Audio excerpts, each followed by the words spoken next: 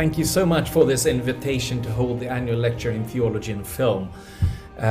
It was good for me to revisit this interest that I've had for a number of years, and while I was preparing this lecture, I wondered what kind of films should I mention, and I'm going to mention quite a few Swedish films, and I'm of course know that you might not be very familiar with the Swedish film scene.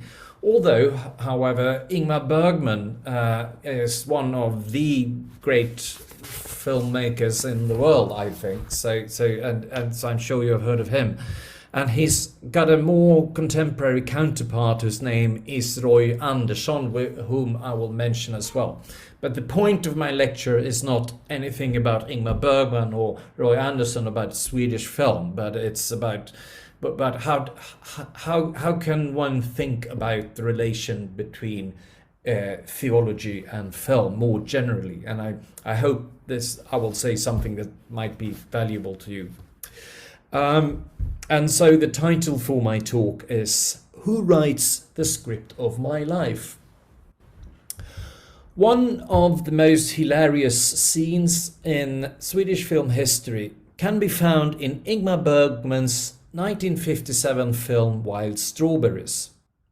The film is about a car journey to Lund in Sweden by the elderly doctor and Professor Isaac Borg. He's going to be promoted Doctor of Jubilee in the Cathedral of Lund. On the way, he picks up 3 hitchhikers on the way to Italy. One of them, Anders, is studying to be a priest, while the other, Victor, is studying to become a doctor.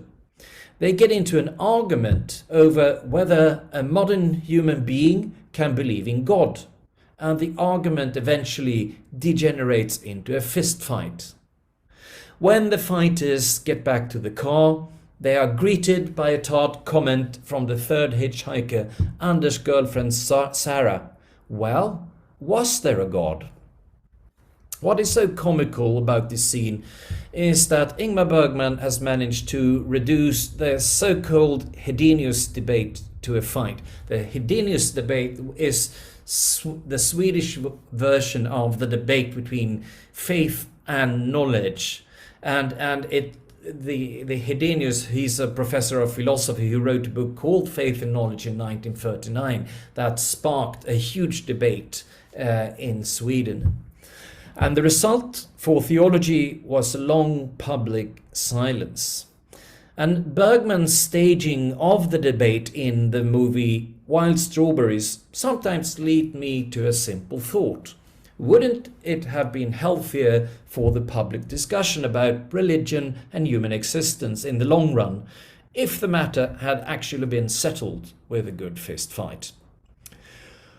More seriously, the fact that theology and the church were often relegated to the shame of academic and public discussion after Hedenius did not mean that religious and existential question disappeared from the agenda of Swedish film. On the contrary, in the world of cinema, Bergman stands as a prime example of a director who constantly returns to questions of existence and faith in God.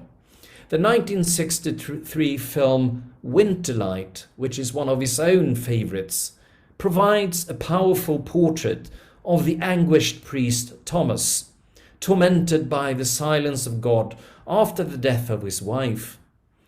In one of the film's strongest scenes, he asks himself whether the God he had previously believed in really was a monstrous spider god who could not bear to be confronted with life and light, and who therefore cut him off from reality.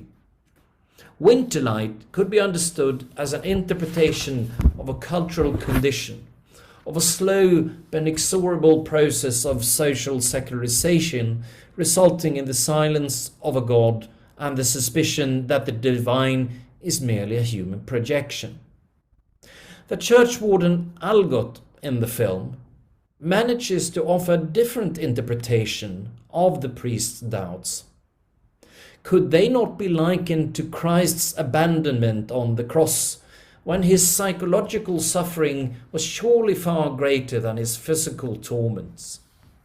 The film's priest is here offered the opportunity to identify his own doubts with the story of Christ's suffering, and thus to establish a religious interpretation of God's silence.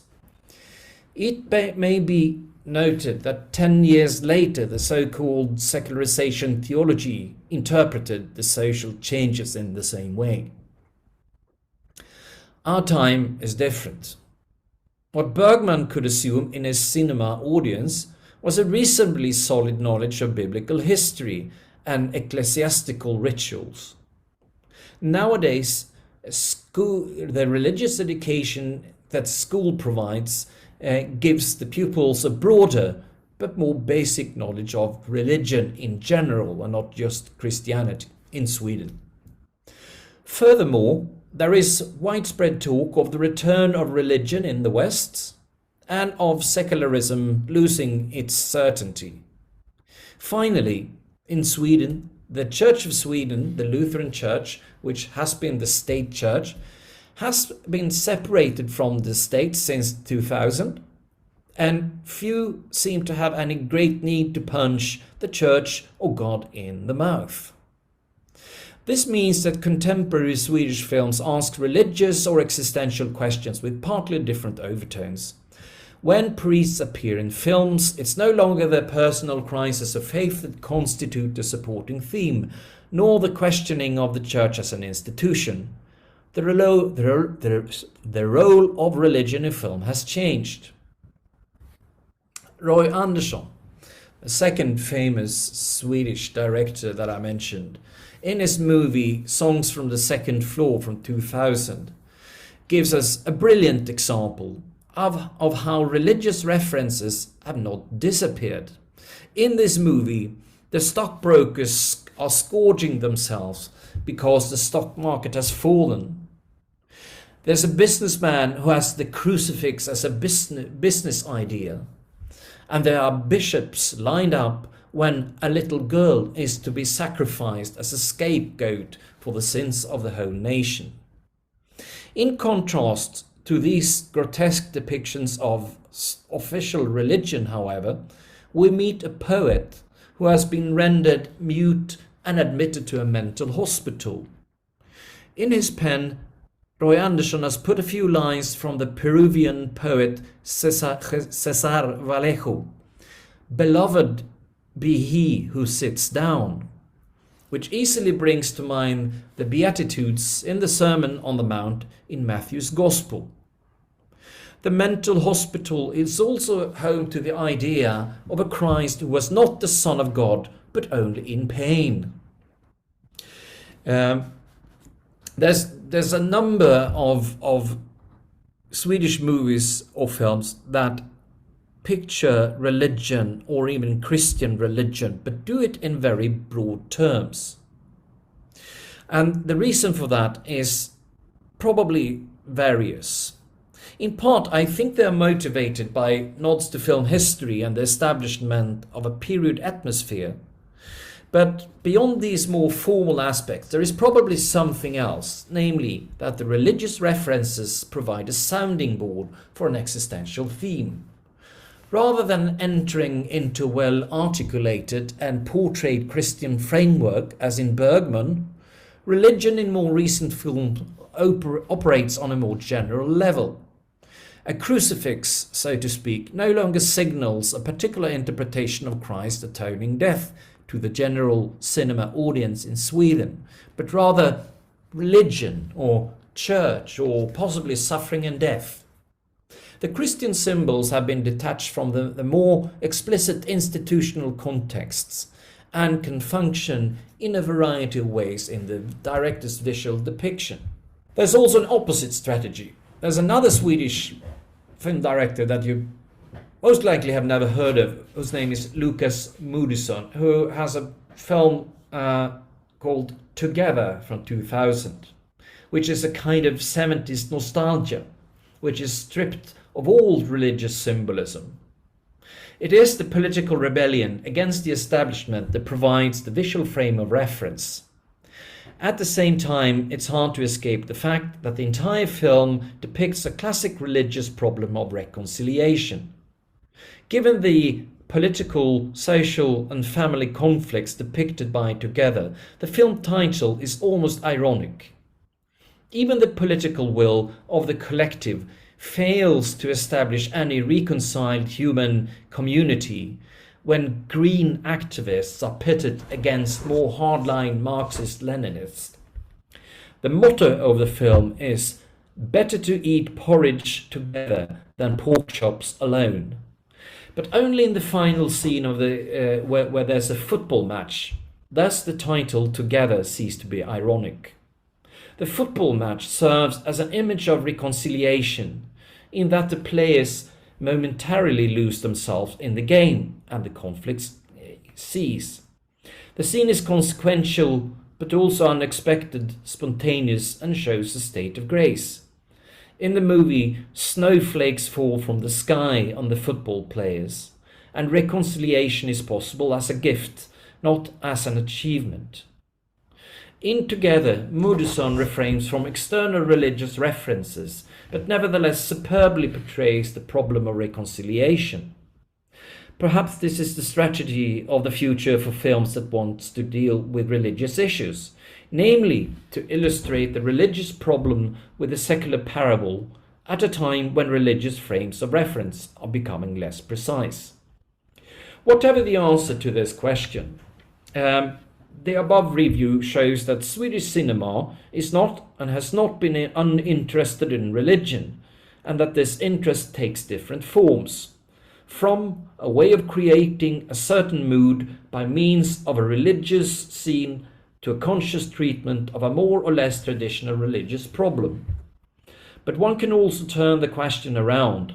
If film is interested in religion, and in some cases also in theological issues, what interest does theology have for film?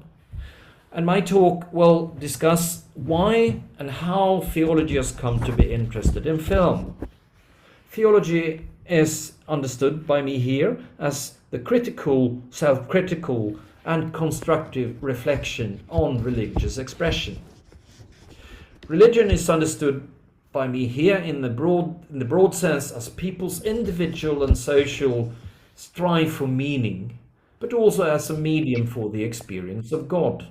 Now I will try to present some reasons why theology has become interested in film, and also show some different approaches to the theological study of film. Theology can study film in several ways and on several levels. Its function as an interpretation of life, the ways in which it can present a religious theme, how to relate critically to the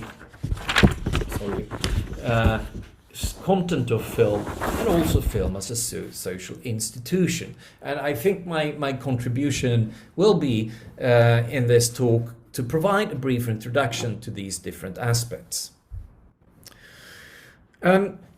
Film as a social institution, and film in a very broad sense, has gained an increasingly prominent place in the public sphere in the same century that religion, at least in the Western world, has retreated into the private sphere. Although the social significance of religion in the 20th century and also in our century varies considerably from country to country, in my part of the world, there's no doubt that religious institutions have had to give way to other institutions for the transmission of religious, moral and aesthetic values. In our time, anyone looking for stories of a way of life is more likely to go to a cinema than to a church in search of meaning. In Sweden today, most young people are probably more knowledgeable about film actors and directors than about biblical figures. But it's not only possible answers to existential questions that are conveyed by the film. On a more everyday level, it's not uncommon to discover that not only clothing fashions, beauty ideals, musical tastes and eating habits are influenced by films, TV programs and advertisements, but how even expressions, gestures and body postures can imitate one or another popular media phenomenon. It is as if films and other pervasive media provides us with a kind of script for how to live a life. A glaring example is all the romantic films that show how true love should be portrayed and how sex and love relate to each other. How could they avoid influencing how people imagine love in their lives? The Norwegian journalist and film critic Anne Hoff writes in a book entitled My Life as Film the following. Film is one of the most important cultural expressions of our time. It offers a crucial insight in society's desires, ideas, and ideals. The living image is our common frame of reference and has a unique influence on the way we dream, live, and think. In this way, film storytelling has taken over many of the functions of classical myth, which were precisely to provide a common basis for understanding and interpreting life. I would argue that many of the most commercial films start from a small number of basic scripts, which are then varied in countless ways to understand how powerful these basic scripts can be and how they reinforce each other. According to John Ronald Reuel Tolkien, author of the Lord of the Rings trilogy, storytelling is a way of creating community with and between other people. Asking about the origins of stories is the same as asking about the origins of language and consciousness. And if Tolkien is right, the basic scripts conveyed by various films, TV series, and images are crucial to how we see ourselves as human beings and how we relate to other people. It's here that the models of what we should find desirable, but also rational and expedient in our lives are formed. The media spin a web of ideas about people, things, and relationships that affect us so profoundly that the dream of a modern, functional, rational society probably dissolves into thin air. To know who we are as human beings, we cannot simply turn to our own private reason, but must turn to the shared notions that articulate our dreams, visions, and aspirations. In our time, film is an important part of these imaginations. So, the growing discussion of film and theology is part of a growing theological interest in popular culture. And this interest has to do with several things. The re-emergence of religion in popular culture, the questioning of the distinction between fine culture and popular culture, the turn from a textual to a visual culture, and theology's increasing awareness of the cultural conditions, both for its own reflection and for the religious message it is set to administer. In contemporary culture, film plays a major role in conveying values of an aesthetic, moral, and religious nature. Film here is not only about the films you see on cinema. As we all know, there's been an explosion of films on the regular TV channels and on the streaming services. And given that our perception and reality as human beings is not independent of the values we hold, cinema and film has a major impact on how we understand life in all its dimensions, not least on the crucial question for human beings of how life should be lived. So, analyzing film from a theological perspective is not about finding religious symbols, characters, and narratives on the most superficial level. If that were so, Jesus' films would be the primary material of theological analysis. But it doesn't have to be that way at all. We can begin by making a rough sorting of film by distinguishing between how religion is portrayed in and how religion is portrayed by different films. And we can also look at film viewing as religion. So let me distinguish between some different kinds of films with respect to the issue of film and religion. A first category, which probably includes most of the mass-produced Western commercial film, but also a lot of avant-garde film, are those films that neither contain any references to religion in the films, nor themselves portray, in some sense, religious question. The difficulty here, of course, is to determine what would fall outside a religious question in any sense. But this difficulty need not concern us here, since my point is not to define films as belonging to one category or the other, but rather to show the different possibilities of a film. Nor does the fact that a film contains no religious references or depicts any religious problem mean that it's theologically uninteresting. From a theological perspective, the very absence of religious theme is interesting, and similarly, one might imagine that it would be interesting to analyze one or the other film as an expression of a particular culture, zeitgeist, and so on. A second category could include those films that on the level of the plot contain few or no religious references, but at the same time portray a religious issue. An example of this, as I already mentioned, is the Sigurdson film Together. It's completely devoid of religious references, but it's difficult to escape that the film actually portrays a problem of atonement that theology has been discussing for millennia. Here, the film's depiction of a religious problem becomes theologically interesting, not just as an illustration of one or the other model of how reconciliation might be conceived, but as an investigation in its own right of how reconciliation should be understood. A third category of films are those which, although they portray religion in the film, that is, they contain some kind of religious references, but they don't seem to be a portrayal of religion. Examples of such film are, for example, those in which religion is present in the form of a religious official, a priest, but in which the religious office in itself does not give rise to a thematization of religion as such.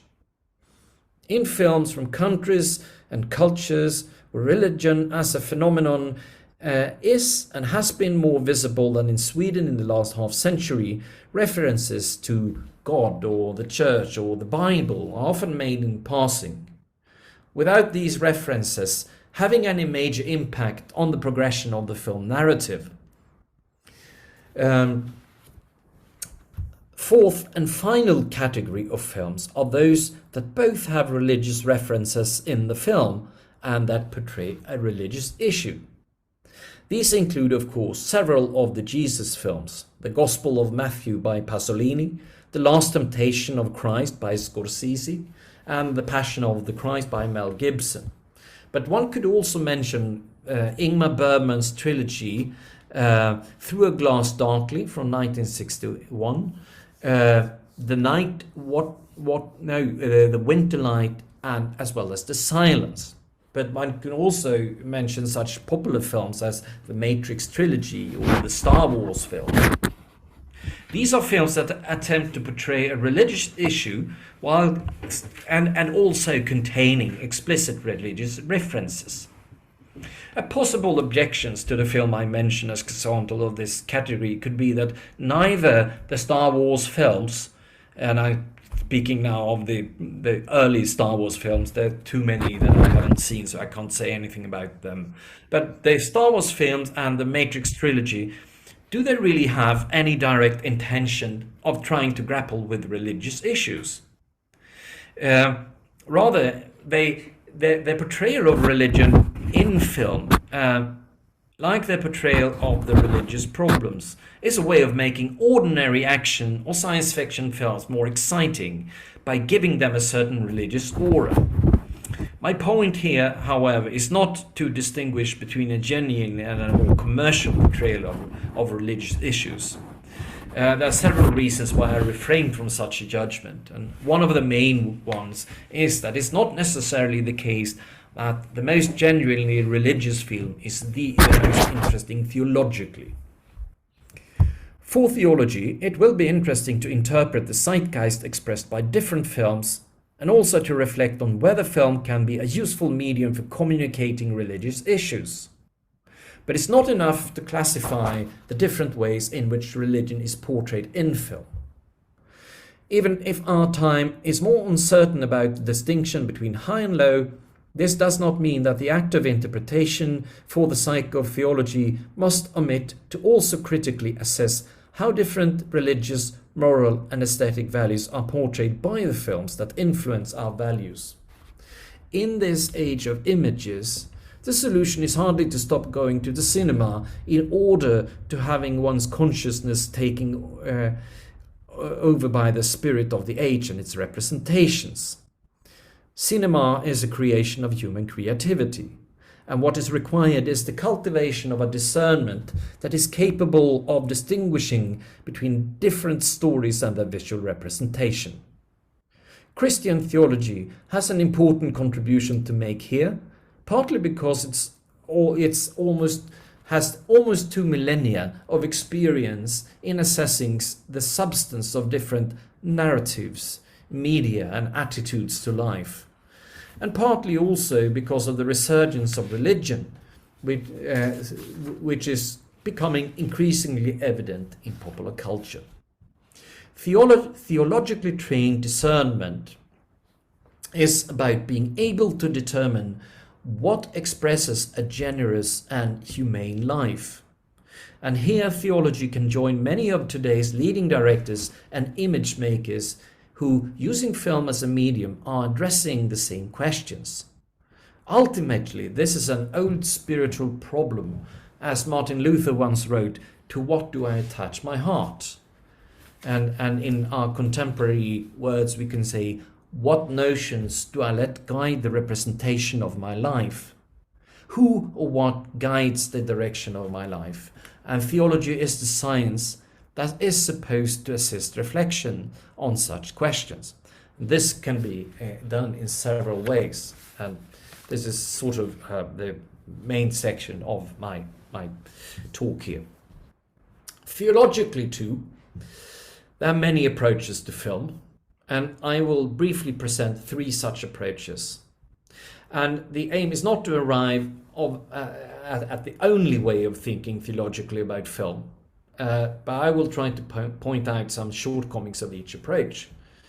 And I argue that there are insights that are important to draw from all 3 of these attempts to study film and theology, as their different perspectives are capable of capturing complementary contributions to a theological reflections on film. And to begin with, a first example of a theological approach chosen because I think it illustrates this approach very good is Margaret Miles' book Seeing and Believing: Religion and Values in the Movies from 1996. In her book, Miles offers a culturally critical analysis of stereotypes in Hollywood films and warns against cinematic seduction. Film, according to Miles, is in our time an important part of the cultural symbolism that shapes moral and religious values, and is therefore a necessary critical task to analyze and evaluate popular films.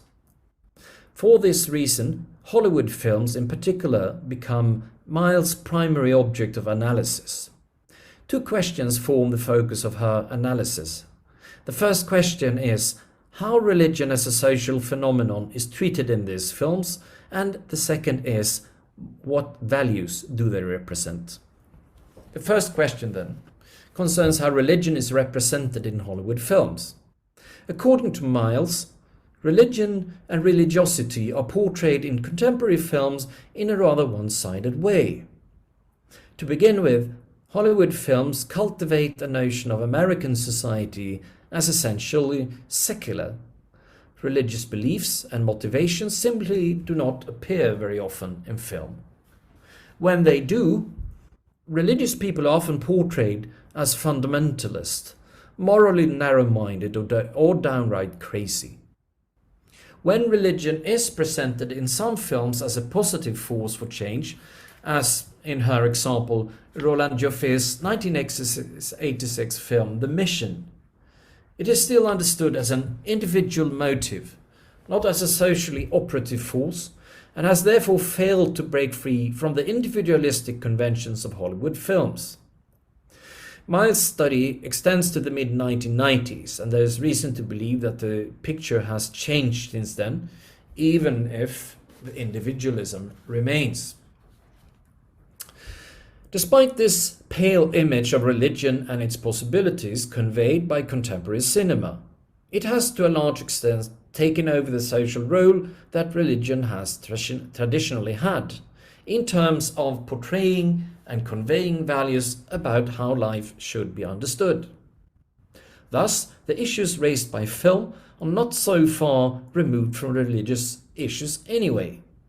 But Miles notes with regard to this second issue that until the mid-1990s, contemporary Hollywood film essentially conveyed conventional notions of race, class and gender. Perhaps nothing else is to be expected, and I quote Miles, "Hollywood cinema, whose dominant purpose is to make money, has rarely supported or advocated for change in American society." End of quote. Instead, film essentially functions affirmatively for a white middle-class audience. The problem with the conventional film, then, is that it's unable to fill the role that religion had before it. Its depictions of religion, love, and relationships in general are more caricatures of these than concrete possibilities that can be realized. In its identification of religion with conservative religious expressions, it also curtails the possibilities that religion as a dynamic force has to offer notions of how to shape a life in a fruitful way and how to cultivate relationships with other people that break with unjust structures. What is communicated by the Hollywood film is not primarily different narratives, but general conventions. The bottom line for Miles, despite this negative view of Hollywood-produced films in particular, is not to refrain from watching film, but rather to actively use film as a resource in one's own processing of how to portray a good life. For this to happen, it requires a great deal of critical vigilance against being seduced by the cliches and destructive prejudices communicated by the conventions of film. Miles' 1996 book is a good example of the theologian as a cultural critic. For Miles, film is not just an art form that can be studied alongside social life, but part of the cultural matrix that influences how we imagine a good life to be portrayed. In this sense, it plays a role similar to the role religion has played, and to some extent still plays. The theological value of Miles' approach lies precisely in its emphasis on the critical perspective of how film has come to mediate the desires, ideas, and ideals that permeate our society. On the other hand, Miles does not offer much reflection in her book on specifically theological issues, such as how people's relationship with God is portrayed on the cinema screen. Without belittling what Miles has actually achieved as a theologian, her book could in principle have been written by a cultural theorist.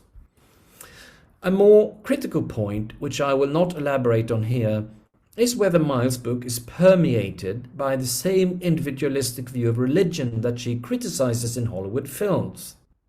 It never becomes clear how an alternative social representation is possible that breaks with Hollywood conventions other than on an ideational level.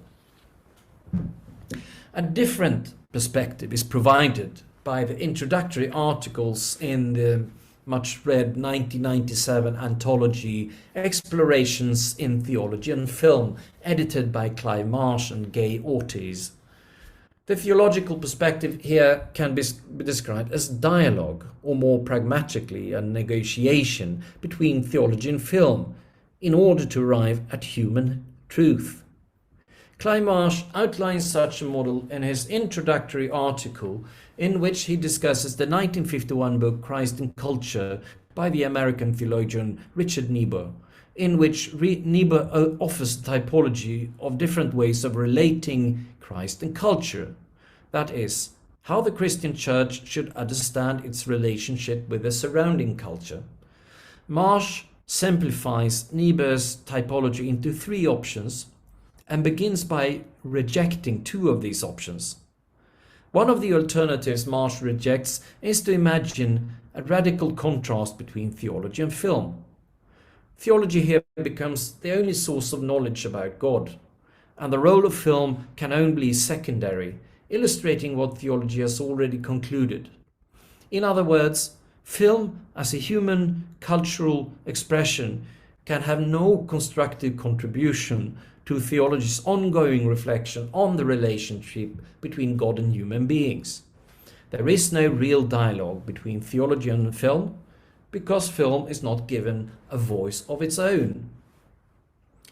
Equally problematic, but for the opposite reasons, is the second extreme of the three options according to Marsh, namely to understand film as the unique source of theological reflection. If all cultural and religious expressions are equated with each other's mutually equivalent expressions of an ultimate reality, it becomes difficult to imagine that dialogue can be possible. For theology, the problem becomes that it's not considered to have its own distinct voice, like the film in the former option. Theology would then lose its connection to a concrete religious community. Thus, by extension of Marsh's argument, the horizon from which the film is interpreted would be shifted from the religious community and its self-reflection to the subjectivity of the individual interpreter. However, religious belief cannot be reduced to the beliefs and attitudes of individuals, but is also socially embodied movements that can thus live in greater or lesser contrast to the rest of society. As probably has already become clear, Marsh prefers the third options, which he calls a critical dialogue between theology and film. And crucial to this option is that both theology and film are allowed to bring their relatively distinct voices to the conversation. In such a critical conversation, the content of theology can be both affirmed and challenged or questioned. Theologically, such a critical conversation presupposes that God is understood as present also in non-church culture. A film, as an expression of human creativity, may well contribute to theology and its reflection on the question of God, since humanity is made in the image of God and through the creative presence of the Spirit of God. Such an assertion is not about the possible religious affiliation or attitude of the director or the actor, nor about whether the film explicitly deals with a religious theme, but it only wants to theologically justify how God's general presence in his creation also implies the possibility of film as a source of, and not just an illustration of, theological reflection.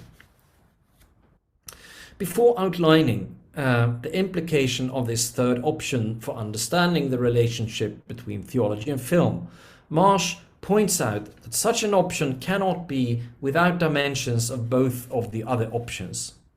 On the one hand, of course, Christian theology is part of contemporary culture, as in the second alternative. On the other hand, the dialogue would not be very interesting if theology could not contribute a critical or even prophetic perspective, as in the first option, but was merely absorbed by the surrounding culture. The possibility of a prophetic theology, however, is more difficult than the first option recognizes, and the need for a distinctive theology more necessary than the second option recognizes. Marsh's own third alternative also does not assume that either the theology or the film's perspectives are completely distinct and unambiguous.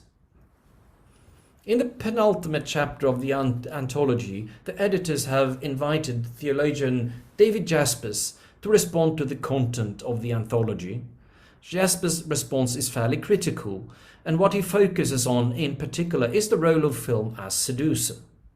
For what film presents is not reality, but a simulation of reality with ideological consequences. Like Miles, Jaspers points out that the commercial film serves to reinforce cultural prejudices rather than challenges them. Popular cinema often serves to cultivate voyeuristic tendencies in its audience. The threat of machines that portrays, for example, in James Cameron's film Terminator and Terminator 2 from 84 and 91, is realized in our time, Jasper argues, not through artificial human robots from the future, but through the television screen and the movie screen colonizing our lives. A theme given even clearer expression in Matrix from 1999, in which humanity lies enslaved with a computer cable strung up in its head by a powerful computer program that simulates all of reality. What should call for theological reflection is therefore the medium of film. The very medium of films makes the relationship between film, life, and context more complicated than an analysis of the content of film sometimes acknowledges. Otherwise, theology risks depriving itself of its own voice, which is more disturbing and problematic than Hollywood dares to show.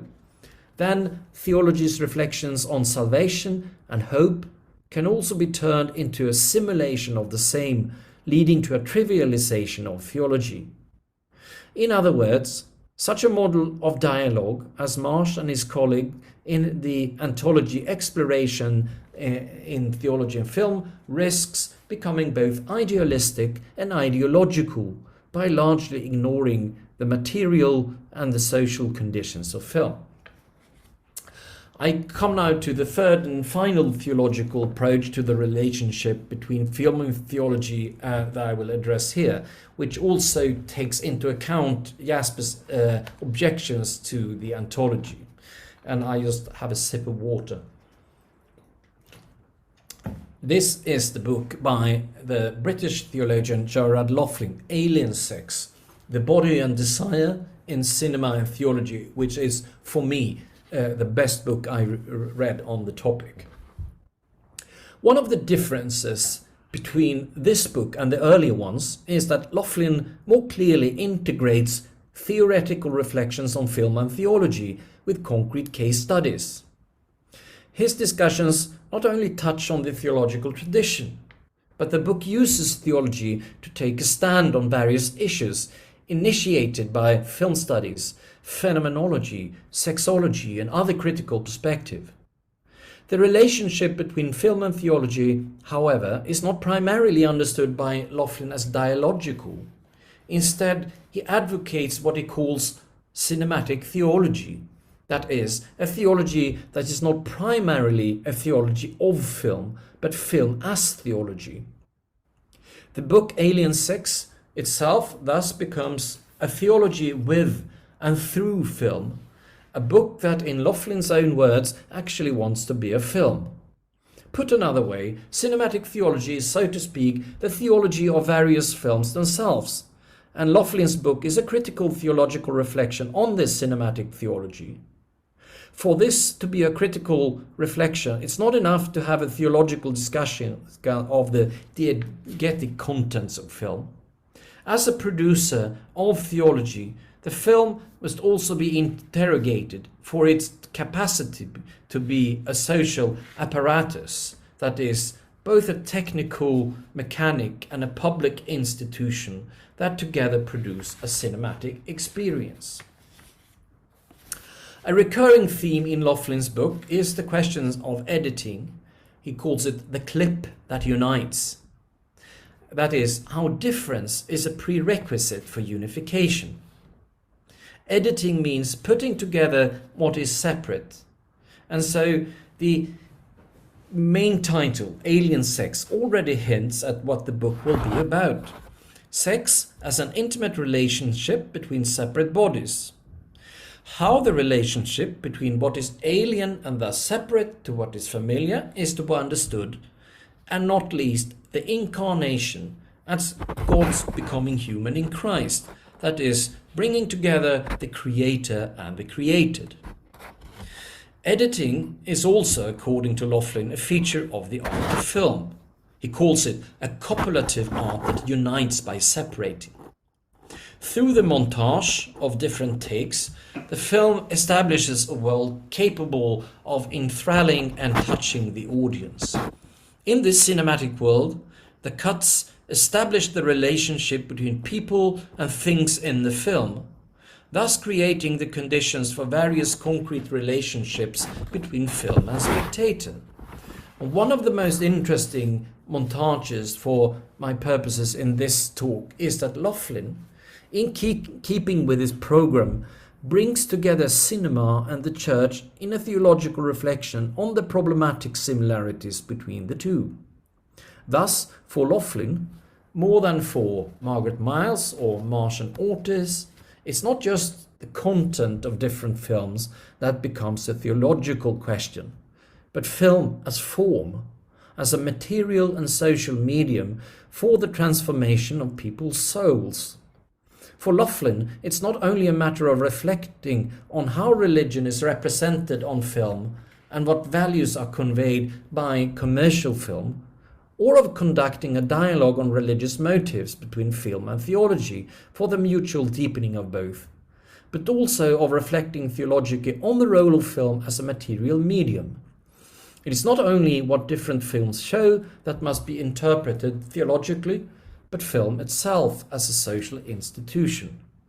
And here Laughlin connects to a central discussion in contemporary film studies, namely how to evaluate film as a medium. Okay, the review, a very short conclusion. The review of religion in Swedish film, in my introduction, began with a fist fight and ended with a football match.